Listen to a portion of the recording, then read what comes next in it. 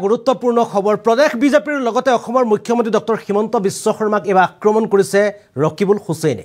ৰকিবুল হুছেইনে মন্তব্য কৰি কৈছে যে অসমত মুখ্যমন্ত্ৰী হিমন্ত বিশ্ব শৰ্মা থাকিলে অসমত কংগ্ৰেছ চৰকাৰ অহাটো খাটাং।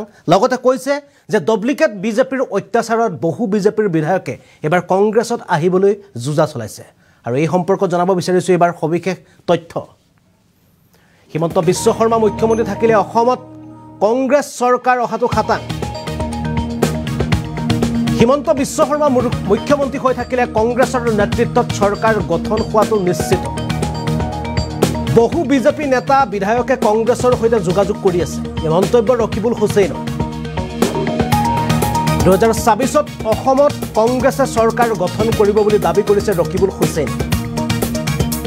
ডুপ্লিকেট বিজেপিৰ অত্যাচাৰ সহিব নোৱাৰি কংগ্ৰেছলৈ আহিব বহু বিজেপি বিধায়ক। বহু বিজেপি নেতাই মুকলিকৈ কংগ্ৰেছলৈ অহাৰ কথা প্ৰকাশ কৰিছে। মন্তব্য ৰকিবুল হুছেইন। কংগ্ৰেছ অফিচৰ খবৰ লোৱাতকৈ ৰাজ্যৰ বানপানীৰ খবৰ লওক মুখ্যমন্ত্ৰীয়ে। বিজেপিৰ ফাঁকি মৰা ৰাজনীতিক দেশৰ জনতাই বিশ্বাস নকৰে, এই মন্তব্য কৰিছে ৰকিবুল হুছেইনে। ৰাজ্যৰ জাতি জনগোষ্ঠীৰ মানুহে মুখ্যমন্ত্ৰীক বেয়া পাইছে। বিজেপি নেতাৰ কংগ্ৰেছৰ গমনৰ খবৰক লৈ ৰকিবুল হুছেইনৰ বিস্ফোৰক মন্তব্য। আৰু এই মুহূৰ্তত জনাইছোঁ এটা গুৰুত্বপূৰ্ণ খবৰ। ৰকিবুল হুছেইনৰ এবাৰ বিস্ফোৰক মন্তব্য প্ৰদেশ বিজেপিৰ লগতে অসমৰ মুখ্যমন্ত্ৰীক সাঙুৰি। এবাৰ অসমৰ মুখ্যমন্ত্ৰী ডক্টৰ হিমন্ত বিশ্ব শৰ্মা হৈ থাকিলে কংগ্ৰেছৰ চৰকাৰ অহাটো খাটাং বুলি তেওঁ উল্লেখ কৰিছে। হিমন্ত বিশ্ব শৰ্মা মুখ্যমন্ত্ৰী হৈ থাকিলে কংগ্ৰেছৰ নেতৃত্বত চৰকাৰ গঠন হ'বই। বহু বিজেপি নেতা বিধায়কে কংগ্ৰেছৰ সৈতে যোগাযোগ কৰিছে। 2024 অসমত কংগ্ৰেছ চৰকাৰ গঠন বা অসমত কংগ্ৰেছে চৰকাৰ গঠন কৰিব বুলি দাবী কৰিছে ৰকিবুল হুছেইন। লগতে কৈছে যে ডুপ্লিকেট বিজেপিৰ অত্যাচাৰত থাকিব নোৱাৰি।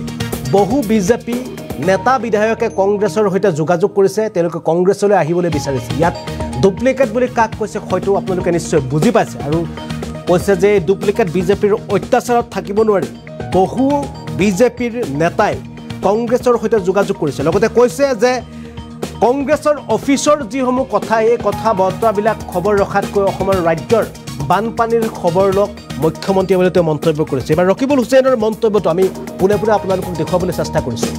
মন দিবলৈ পৰা নাই। মই অলপ বিজেপিৰ নেতা, অৰিজিনেল বিজেপিৰ নেতা হয়, ডুপ্লিকেটখিনিৰ কথা কোৱা নাই।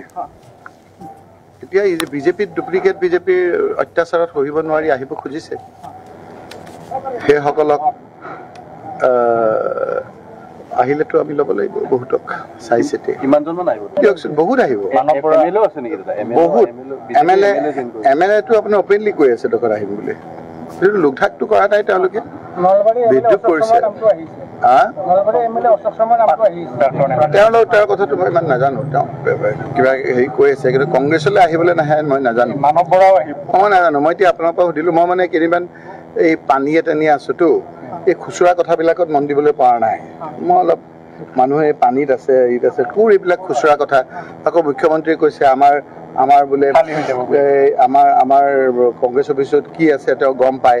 মুখ্যমন্ত্ৰী সেইবিলাক কাম নেকি কওকচোন? কোৰ মুখ্যমন্ত্ৰী এতিয়া বানপানী কথা ক'ব লাগে, এই হত্যাবিলাক হৈ আছে, ড্ৰাগছ হৈ আছে, সেইবিলাক খবৰ ল'ব লাগে। কংগ্ৰেছ অফিচৰ ভিতৰত কি হ'ল সেই কথাটো মুখ্যমন্ত্ৰীৰ কাম নাই নেকি? এনেধৰণৰ মুখ্যমন্ত্ৰী, আগৰ মুখ্যমন্ত্ৰী এইবিলাক কৰিব নেকি মোক কওকচোন? খুচুৰা কথাত তেওঁৰ দাম বহুত সময়। এতিয়া বানপানীৰ সমস্যা নাইকিয়া কৰা, গৰাখহনীয়া সমস্যা নাইকিয়া কৰা, ড্ৰাগছ নাইকিয়া কৰা, এইবিলাক আপোনাৰ ভয় ভীতিটো নাইকিয়া কৰা, সেইবিলাক তেওঁৰ কাম নহয়। তেওঁৰ কাম হ'ল যে কংগ্ৰেছৰ ভিতৰত কি হৈছে সেইটো মানুহ, এতিয়া মোৰ লগত কি হৈছে, মোৰ লগত থকা দেখোন তেওঁৰ পুলিচৰ 2-এজন মানুহক কৈ দিলেই তো গম পোৱা যায়। তেওঁৰ ঘৰত যে কি হৈ আছে মই গম পাওঁ। তেওঁৰ ঘৰত যে কি হৈ আছে, ক'ত কেনেকৈ মোবাইল নলৈ তেওঁৰ ঘৰত কোন যায়। 26ত কিন্তু ৰাইজে তেওঁক একে তলিয়দন কৰি দিব। 26ত মই এটা নকওঁ যে বিজেপিক মানুহে ইমান বেয়া পাইছে বুলি, কিন্তু হিমন্ত বিশ্ব শৰ্মা যদি মুখ্যমন্ত্ৰী থাকে, আজিৰ তাৰিখত মই আপোনাৰ বজালীত মই আজি আপোনাক ক'লোঁ, আপোনালোকে লিখি ৰাখক যে কংগ্ৰেছৰ নেতৃত্বত চৰকাৰ হোৱাটো খাটাং যদি হিমন্ত বিশ্ব শৰ্মা মুখ্যমন্ত্ৰী হৈ থাকে। খাটাং কাৰণ মই বহুতত কৈছোঁ, এতিয়াও ক'ম যে সামগ্ৰিকভাৱে জনজাতি মানুহখিনিয়ে তেওঁক বেয়া পাইছে, বিভিন্ন জাতি জনগোষ্ঠীৰ মানুহে বেয়া পাইছে। এই উদ্ভণ্ডালি এই কথা বতৰাবিলাক মানুহে বেয়া পাইছে। বস্তু বাহানিৰ দাম বাঢ়িছে, সমাজত অশান্তি হৈছে, এই ধৰণৰ ড্ৰাগছ আৰু তীৰৰ প্ৰকোপত মানুহ থাকিব নোৱাৰা হৈছে, যাৰ পিতেক, যাৰ জীয়েক, যাৰ পৰিয়ালৰ মানুহ এনেদৰে ড্ৰাগছৰ দ্বাৰা আপোনাৰ আসক্ত হৈ মৃত্যুবৰণ কৰিছে প্ৰত্যক্ষ পৰোক্ষভাৱে তেওঁলোকে গম পাইছে। গতিকে হিমন্ত বিশ্ব শৰ্মা ডাঙৰীয়াৰ দিনত মানুহ যে বিভিন্ন ক্ষেত্ৰত অশান্তিত আছে সেই কথাটো আজি দিনৰ পোহৰৰ দৰে স্পষ্ট। আৰু গতিকে তেওঁ যদি মুখ্যমন্ত্ৰী হৈ থাকে, মই ক'ব নালাগিছিল, আগত তেওঁক মুখ্যমন্ত্ৰী আঁতৰাই দিলে আমাৰ অলপ বেয়াও হৈ যাব পাৰে। গতিকে মুখ্যমন্ত্ৰী হৈ যদি থাকে তেওঁৰ নেতৃত্বত, তাত যে কংগ্ৰেছৰ নেতৃত্বত যে অসমত চৰকাৰ হ'ব সেই কথাটো স্পষ্ট। কিমানজনমান বিধায়কে যোগাযোগ কৰিছে কংগ্ৰেছৰ সৈতে? আপোনাক কৈ দিলেতো আপোনাৰ গোটেইটো জানিয়ে যাব। সংখ্যাটো কেনেকৈ এইটো চাই যাওক। তেওঁ যদি বাৰেৰে আমি তেৰেৰে, তেওঁ যদি বাৰেৰে, এতিয়াতো মই ক'বই খোজা নাই, এতিয়া মই গাড়ীৰ পৰাই আপোনাৰ বহুতে কথা পাতি আছে। আমাৰ গাড়ীতে বহুত, আপোনাক কৈ দিলে বেলেগে, মই ক'লে সেইটোকে ক'ম। ৰঙা বিজেপিৰ নেতা, অৰিজিনেল বিজেপিৰ নেতা হয়, ডুপ্লিকেটখিনিৰ কথা কোৱা নাই। এতিয়া এই যে বিজেপিত ডুপ্লিকেট, বিজেপিৰ অত্যাচাৰত সহিব নোৱাৰি আহিব খুজিছে, সেইসকলক আহিলেতো আমি ল'ব লাগিব বহুতক চাই চিতি। কিমানজনমান আহিব? দিয়কচোন, বহুত আহিব, বহুত। MLA টো আপোনাৰ অপেনলি কৈ আছে দোকান আহিম বুলি, কিন্তু লোকধাকটো কৰা নাই তেওঁলোকে, বিদ্ৰোহ কৰিছে। তেওঁৰ কথাটো মই ইমান নাজানো, তেওঁ কিবা হেৰি কৈ আছে, কিন্তু কংগ্ৰেছলৈ আহিবলৈ নাহে মই নাজানো, মই নাজানো। মই এতিয়া আপোনাৰ পৰা সুধিলোঁ, মই মানে কেইদিনমান এই পানীয়ে টানি আছোতো, এই খুচুৰা কথাবিলাকত মন দিবলৈ পৰা নাই। মই অলপ মানুহে পানীত আছে, হেৰিত আছে, কোৰ এইবিলাক খুচুৰা কথা। আকৌ মুখ্যমন্ত্ৰীয়ে কৈছে আমাৰ বোলে আমাৰ কংগ্ৰেছ অফিচত কি আছে তেওঁ গম পায়।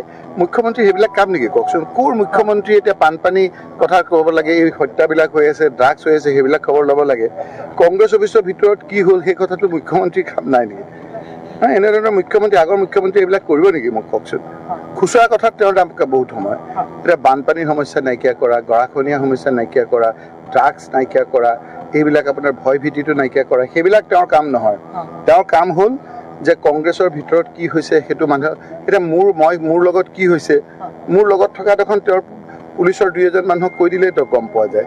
তেওঁৰ ঘৰত যে কি হৈ আছে মই গম পাওঁ, তেওঁৰ ঘৰত যে কি হৈ আছে, ক'ত কেনেকৈ মোবাইল নলৈ তেওঁৰ ঘৰত কোন যায়। 26ত কিন্তু ৰাইজে তেওঁক একে তলিয়ধন কৰি দিব।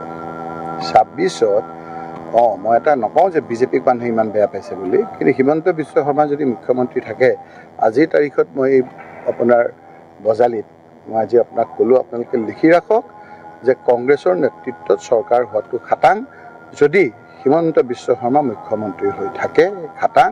কাৰণ মই বহুতত কৈছোঁ, এতিয়াও ক'ম যে সামগ্ৰিকভাৱে জনজাতি মানুহখিনিয়ে তেওঁক বেয়া পাইছে, বিভিন্ন জাতি জনগোষ্ঠীৰ মানুহে বেয়া পাইছে, এই উদ্ভণ্ডালি এই কথা বতৰাবিলাক মানুহে বেয়া পাইছে, বস্তু বাহানিৰ দাম বাঢ়িছে, সমাজত অশান্তি হৈছে, এই ধৰণৰ ড্ৰাগছ আৰু তীৰৰ প্ৰকোপত মানুহ থাকিব নোৱাৰা হৈছে, যাৰ পিতেক, যাৰ জীয়েক, যাৰ পৰিয়ালৰ মানুহ এনেদৰে ড্ৰাগছৰ দ্বাৰা আপোনাৰ আসক্ত হৈ মৃত্যুবৰণ কৰিছে প্ৰত্যক্ষ পৰোক্ষভাৱে তেওঁলোকে গম পাইছে। গতিকে হিমন্ত বিশ্ব শৰ্মা ডাঙৰীয়াৰ দিনত মানুহ যে বিভিন্ন ক্ষেত্ৰত অশান্তিত আছে সেই কথাটো আজি দিনৰ পোহৰৰ দৰে স্পষ্ট। আৰু গতিকে তেওঁ যদি মুখ্যমন্ত্ৰী হৈ থাকে, মই ক'ব নালাগিছিল, আগত তেওঁক মুখ্যমন্ত্ৰী আঁতৰাই দিলে আমাৰ অলপ বেয়াও হৈ যাব পাৰে।